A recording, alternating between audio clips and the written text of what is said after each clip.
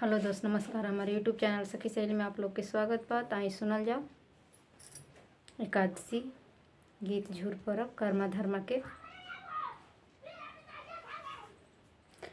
काशी में फूटेला को सौंदर्य हो रम की भादोरे मास।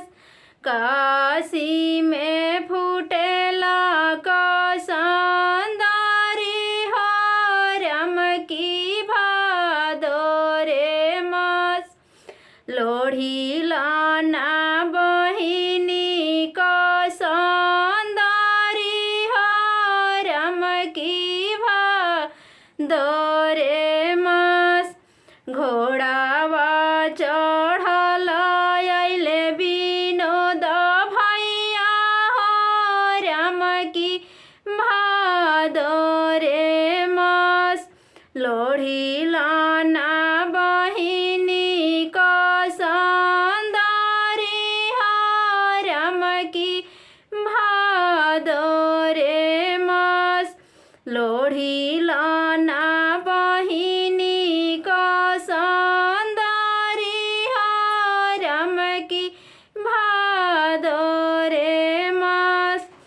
कैसे में लोढ़ी भैया को सौंदर्य हो रम की भादोरे मास। कैसे में लोढ़ी भैया को सौंदर्य हो रम की भादोरे मास। गोदिया में भागीरथी भये नवा हो रम की भादोरे मास। गोदिया में भागीरथी भये नवा हो रम की भादोरे मास।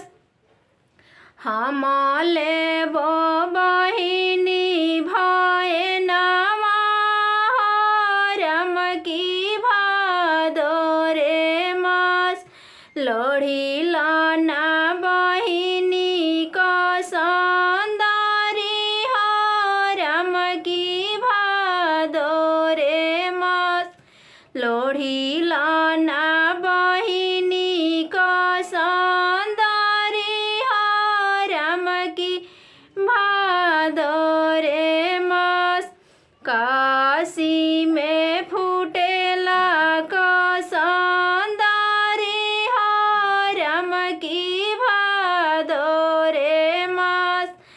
लोढ़ी लाना बहिनी को सौंदर्य हो रम की भादोरे मास। धन्यवाद। गीत अच्छा लागल हो तो लाइक और शेयर और कमेंट में जरूर बताइब जा गीत कैसन लागल है।